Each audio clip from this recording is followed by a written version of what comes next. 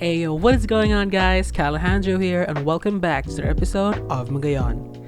In this episode, we're going to be building the world's biggest mall, SM Mall of Asia. Well, technically, we're not going to be building it. We're just going to be taking inspiration from the Mall of Asia, which is the biggest mall, I think. I don't know, hit me up in the comments because I think it's the biggest mall in the world. But because here in the Philippines we have a lot of huge malls, and we have most of the largest malls in the world because it's kind of hot here, so we like it cold, so it's all air conditioned and indoors. But anyways, if you're new to this channel, I'm just gonna give a quick explanation of what the series is. So Magayon is a Cities Skylines series loosely based around the world's perfect cone volcano around the area, Mayon volcano. It's a Southeast Asian inspired city or project which takes inspiration from various Southeast Asian cities. But now I'm taking a lot of inspiration from my home country, the Philippines. And in the past few episodes, I've done so, but with a mix of other cities, But anyways, now we're building SM Mall of Asia. SM Mall of Asia is located at Manila or Pasay, I'm not sure, but it's over reclaimed land. So this place is like Masterplan. Like everything here is built after, I think, the late 90s, early 2000s. And yeah, so we're going to be building something like that. The next episodes would be me filling up this land reclamation area, which is going to be first built with, which is the first inhabitant of this land reclamation would be the Mall of Asia. But I'm just gonna be calling this SM City Magayon because this is not the Mall of Asia. I can't do that, but I took inspiration for the form of it, like how it's shaped. But not unfortunately, this series is not going to be a one-to-one scale. It's super scaled down. Like I want to fit as much in the map. Like if you're familiar with $2.20's recent projects and his past project, Marble Mountain, and Oceania, of course. If you're not familiar, why not?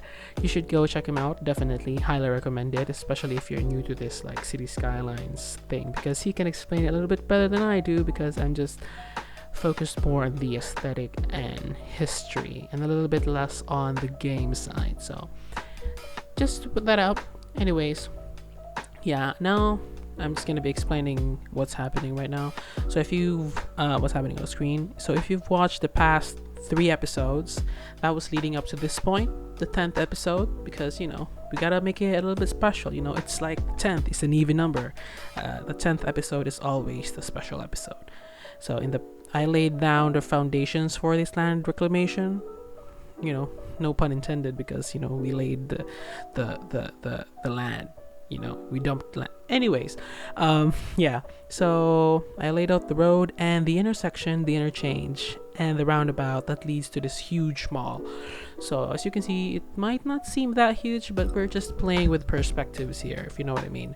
It's not gonna be very, very big, but it's huge. If you're like on the ground, it's gonna look huge, and it's one of the biggest buildings in this map so far. Yeah, I have a lot of things planned, but anyways, there are not much mall assets in the workshop, and I want to customize it a little bit and to make it seem more like the actual thing, because I actually have an SM City Mall asset, but it's very, very low trees, low quality. So I'm just using these modern airport packs modern airport packs. I don't know the asset name. So a lot of you have been asking me to make an asset list, but yeah, I think I'm gonna be doing that because a lot of you have been asking for asset lists. But some people said like it's gonna take a long time, so you better like really prepare for it. Well, I'm going to be. So if you want me to share my asset collection for this series, consider subscribing and hit that bell notification so you'll be notified whenever I upload a brand new video and when I share my asset collection on Steam. But I think it's gotta be a little bit of a longer time. And speaking of subscribe, to those who have subscribed to this channel, To those who have subscribed to this channel, I would like to congratulate you guys, myself, and everyone who subscribed for 1,000 subscribers. Yes, we reached the milestone to be monetized, which is 1K subs, and we're a little bit close to the watch count, the view count, watch hours. So yeah, I would gladly appreciate if you watch through the entire video so that we'd be monetized in a bit. But anyways, getting back to what I'm building. In this first episode, I'm just going to be building the main mall, like the main, because the SM Mall of Asia complex consists of a lot of different things. It has offices, residential space, it has an amusement park, like a recreational area by the bay. It's SM by the Bay, San Miguel by the Bay. It has a Ferris wheel, and yeah, it's a very nice, it's a real estate, like it's a nice place for real estate, and there are a lot of places there, and it's newly built, so yeah, we have a lot of things to do here. But there's sadly not much traffic going through here, because look at how many residents I have. I have less than 1,000 residents. You know, I have more subscribers than I do have residents. Yeah, so I think next episode I'm going to be building a residential area first, just to get, you know, a more residential, just to get, you know, a bit more people flowing, get the juices going, you know what I mean? Or I'm just gonna build like temporary suburbs, like at the back, just for people to go here, you know, just for the aesthetic, because that's all I'm going for in this series. I mean, I play the game like vanilla and such, but you know, yeah. Anyways, I'm using these office buildings like to fill in the base, because the base was empty and the parts that were filled were very bare, so we had to use this. This is New Zealand assets. They're new to the workshop, I think, and I've downloaded a lot from the creator of this asset, and a lot more apartment buildings from him. And yeah, I'm excited. I think I'm just gonna do that for the next episode, because the Bay Area also has a lot of apartment complexes, and this is like a very exclusive place to live in. But anyways, yeah, using these airport terminal packs to, you know, make a custom mall, and using these what do you call these, offices as the base. I actually tried using the commercial buildings to use as the base, but it took a very long time, and you know, it's just not going to be seen that much and from above and up close. So I'm just going to be using this repetitive thing, because malls are, you know, generally repetitive, and the malls are generally not filled with glass, which is, you know, contrary to what I'm building, which is full glass, like windows. It's more like cement, a little bit of glass on the front and the entrance.